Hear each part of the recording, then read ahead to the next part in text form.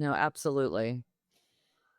Well, So I think we're gonna have a lot more of these ups and downs. I do think, though, that the 90 Mhm. days, do that math for me. What's the date Well, it's in April, 90 so days? it's like in the heart of summer, like like Yeah, literally when no like right, around yeah. 4th of July is when like we're gonna be doing this conversation again. Ugh. Well, we do have to say, that hopefully by the 4th of July, we're going to have this reconciliation package done from the House and Senate, and we can put and then there would be some stability if the taxes are, the tax cuts are extended. I mean, agree with them or not, but I mean, that's at least stability. though Mike Johnson had to table a vote yesterday for that because he didn't have the votes, and so it makes But you he wonder. did. It passed though.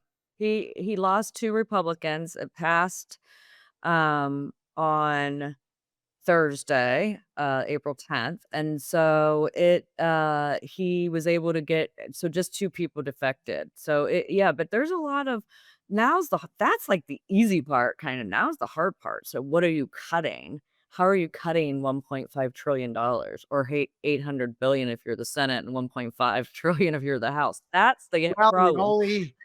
the only place where the money is, because what has Doge saved if you're even liberal with the estimates, what, 35 or 40 billion? The federal workers are only 2 to 3% of the budget, right? So it's we're not talking where the money is, but where the money is entitlements. So already they've backed off on their social security closures, but they're talking about taking almost $900 billion out of Medicaid. I mean, this is politically I toxic think they stuff. I don't think they get to that number in Medicaid. Energy and Commerce has to get to about 800 billion of cuts, which obviously would be part of that Medicare. No, I think that if they do work requirements, from what I was told by some of my budget experts, was that work requirements could raise about 400 billion. So you're But that's still about politically only toxic. halfway there. No, I That's not agree. Yeah, and so I think what's gonna happen is that they'll say, "Oh, we tried, but we couldn't do it. The Democrats blocked us, whatever." So they'll just go and blow another $4 trillion hole in our debt. What do you think, Kurt?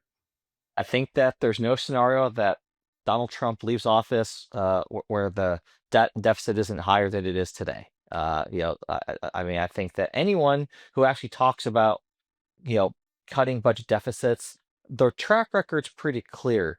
The only two presidents going back to Reagan that actually cut the budget deficit and the national debt were Bill Clinton and Barack Obama. Every Republican president has seen those numbers go up on their watch. They love to talk about it. They love to campaign on it. They love to say this is mortgaging or the future of our economic health and da da da da da. And yet, on their watch, from HW to George W to Donald Trump, it has gone up on their watch every single time. And not just the debt and the deficit, but government spending and government employment. That's one of the reasons that you had the Tea Party emerge. It wasn't just Obamacare, but it was what they saw as the profligacy of George W. Bush, this so called big government conservatism, which was anathema to many people, of course. I'm gonna stick up for Ashley. him. Then once they Listen, got in office, then, oh well. okay.